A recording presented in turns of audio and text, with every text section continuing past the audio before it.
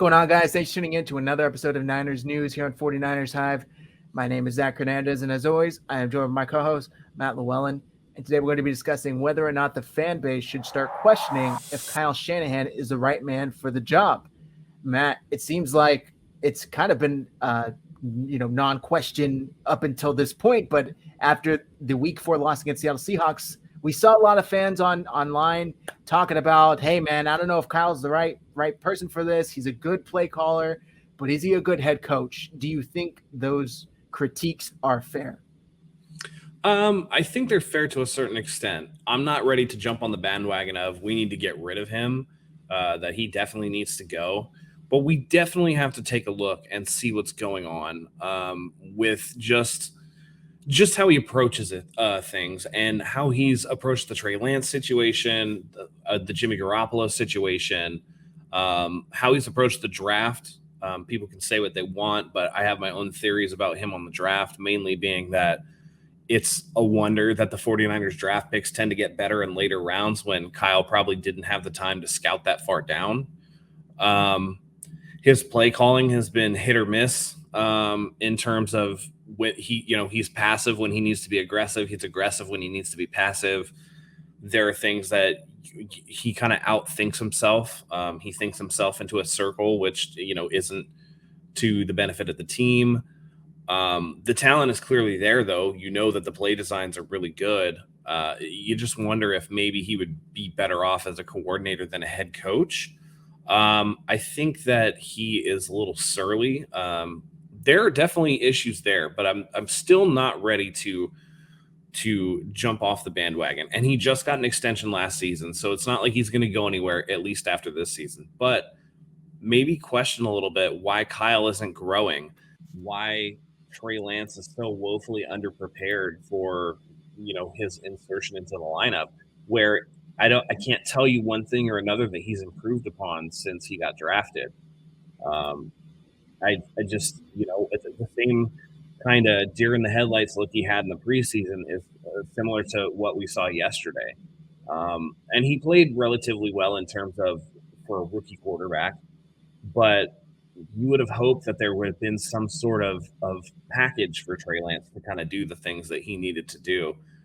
And a lot of Trey Lance's runs yesterday weren't necessarily designed quarterback runs. They were him trying to scramble out of trouble. Yeah, I agree with you. I don't think by any means people should be calling for Kyle's job. I saw everybody's favorite beat writer, Grant Cohn, saying that if he loses next week against the Cardinals, which is a pretty good chance that they do lose, he should be fired. I'm not going that far. That's a rather hot take.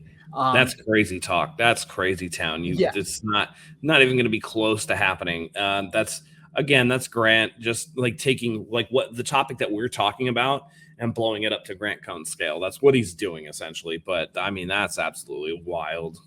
Yeah, very Cohnian of him. However, I will say that I am glad that the majority of fans are no longer seeing Kyle Shanahan through these rose-tinted glasses, because it was like he could do no wrong. And then when you would critique him or say, hey, this was kind of questionable, don't you think? Immediately you'd get 5 to 10 people saying like, well, what do you say? Kyle Shanahan's a great head coach, best in the NFL, best and brightest. He's arguably the worst in the NFC West. Arguably. Somebody could make the case that Cliff Kingsbury, Sean McVay, and Pete Carroll have done way more than he has since he's been here. Pete Carroll, obviously, Super Bowl winning coach, yeah, whatever, but innovative, probably not. However, he still finds a way to get the Seahawks in it, and Kyle Shanahan could not say the same. Speaking of Grant, I saw he tweeted out during the game yesterday, I think this is Shanahan's 5th year with the team. I could be wrong. And he's built the worst team in the NFC West.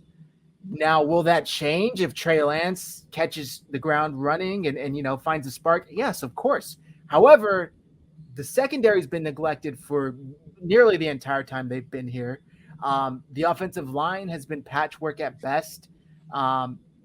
They neglected the quarterback position outside of this year, other than trading for Jimmy.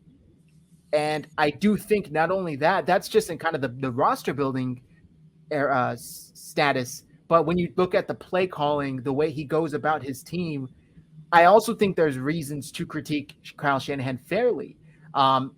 Clock management, the innovative plays that he basically became famous for. We don't see those anymore. I mean, against the Seahawks on Sunday, there was like a 4th and 2, and the play that he dialed up in his, bag of tricks was like an end around handoff to Debo, which maybe it was a quarterback option read. I'm not quite sure. However, I thought it took way too long, and nothing will get me more upset than you need 2 yards. I know. And then you get off 5 yards back. Yeah, in defense, I will say that handoff to Debo Samuel, that was an option play, and Trey needed to keep that because he had green grass in front of him. From what I remember, I want to see the all 22 on that because I'm pretty sure that Trey could have pulled that ball down, and that's a Trey decision making thing. They did have the razzle dazzle with the flea flicker or whatever it was. It was the pitch with the toss back to Jimmy, that it was a high pitch, and people were like, well, if it wasn't a bad pitch, he still would have made the throw, but Jimmy made a horrendous throw with a noodle arm. So he tries, and I think that part of it is, why are you going to open up your playbook to somebody like Jimmy Garoppolo who, makes poor decisions in the game quite often? He's been described by certain people as, having perfect play calling or whatever, or decision making, I should say, in practice, but that doesn't translate to games. And that's going to once again, this week we saw it with Jimmy Garoppolo, where he throws a pass over the middle to George Kittle and just didn't see the hook defender come and pick off the pass. So it's time and time again. So as Trey Lance starts picking up the basics, maybe you add some of that, that spicy type play calling that Shanahan became famous for. At this point right now, though, we got to see more out of Kyle in terms of scheming for Trey Lance. We need to see market improvement from Trey Lance. Otherwise, again, if they have another bad season, I don't think Shanahan's going anywhere, but Rich Scangarello could be gone. Some of the offensive quality control people could be gone. You look at, John Lynch is obviously going to be the first Axeman to fall. If I was Jed York, what I would do is I would take the drafting out of Kyle and John's hands and leave it squarely with Adam Peters, who I know is doing the late round stuff because he tends to get it right. And when you're that deep into scouting and player development and player personnel, that's going to be the guy that you want picking your guys for you.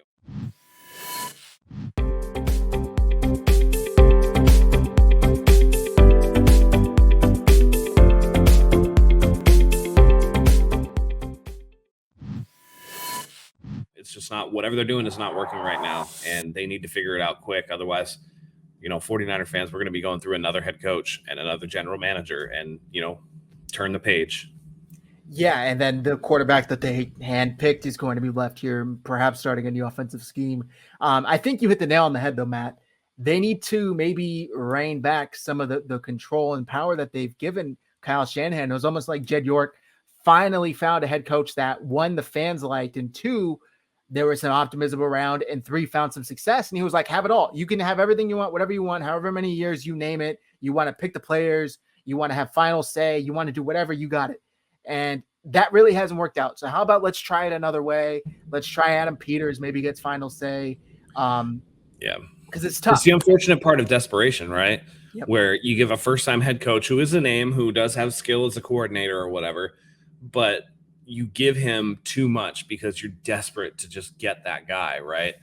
And now you're sitting there and going like, man, we gave up too much, like, oh God, we need to rein this back. And you have to figure out a way to do it diplomatically that's not going to alienate Kyle, because we've seen alienation in coaches before. Harbaugh was alienated his last year here.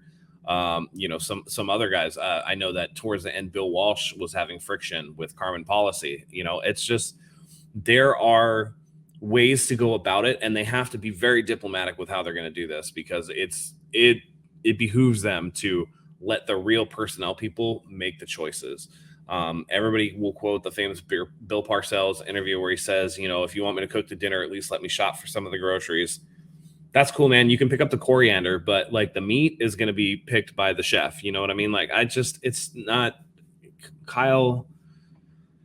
I mean, we talked about the third round disasters, but it's really rounds 1, 2, and 3 that have just not been great.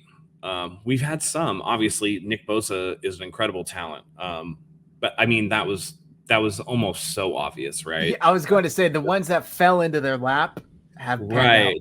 That's one of those ones where it's like, okay, you fall out of a boat in the middle of the ocean, you're going to get wet. Oh, okay. Yeah. And other times, they're out in the middle of the ocean, and instead of falling into the ocean and getting wet, they fall and hit a rock, and it's just Yep. Reuben Foster or Solomon Solomon Thomas. Thomas or Joe Williams in round 3, Dante CJ Pettis. Beathard, Dante Pettis in round 2 that they traded up for. Now it looks like Aaron Banks is going to be one of those, and Ambry Thomas was finally activated, but I only heard his name on special teams, and he was a round 3 guy.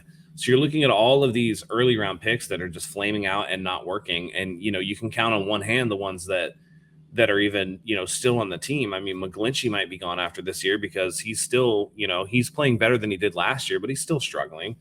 And he's still not justified from his draft position, I don't think, in his performances. Deebo Samuel looks like a stud. I mean, that's, hey, they got to work with him at the Senior Bowl. That makes a little more sense. Brandon Ayuk, man, this is a weird season for him. I think the talent is really there. I really do, but I just don't think that he's getting the opportunity. And when you look at film and stuff, it's not like he's not getting open. He's getting open. He's just not getting the ball. So, and then people go, oh, well, Brandon Ayuk's not doing anything this year. He's, it's not because of Brandon Ayuk. I think that, it takes two. And that's why wide receiver is really tough, because you're dependent upon somebody else to get you the ball. Yep. So it's hard, but it can't go on like this. I think that Shanahan really needs to do some reflecting and improving on his own merit so that he can bring up the team to another level and actually be, because right now as it stands, I would say that he's probably,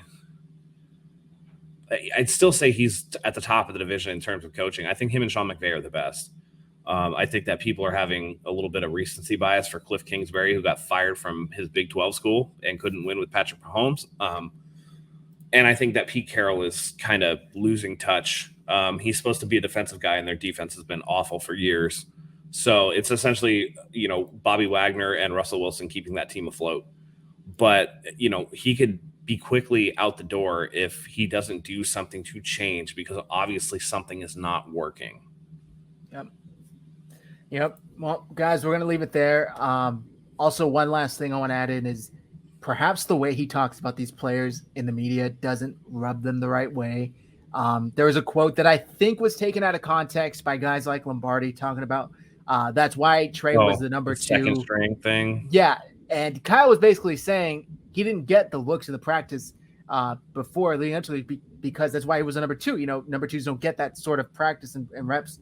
And everybody kind of took off with it. But I do still think the way he treats and talks about some of his star players rubs them the wrong way, or can rub them the wrong way. Well, I even think that the quote in context is kind of gives you an insight into what he needs to improve upon anyway, because it's like, well, you traded 3 first-round picks for this dude, and you're telling us he doesn't get reps in practice. So then it's like, when is he going to develop? Are you just going to hope that he develops on his own, so that next year when you're starting him, you know what I mean? It's kind of weird. So again, like we said, with the last show about the injuries, it might be a blessing in disguise that Jimmy was injured, because now at least Trey can do a little bit of developing and take reps with the one, and we can see if he's going to improve. Yep. Well, guys, that's going to do it for this episode of Niners News. We appreciate you tuning in. Hit like, hit subscribe, helps get 2,000 subscribers so we can give away a 49ers jersey. Yeah, go ahead and follow us on all our social media.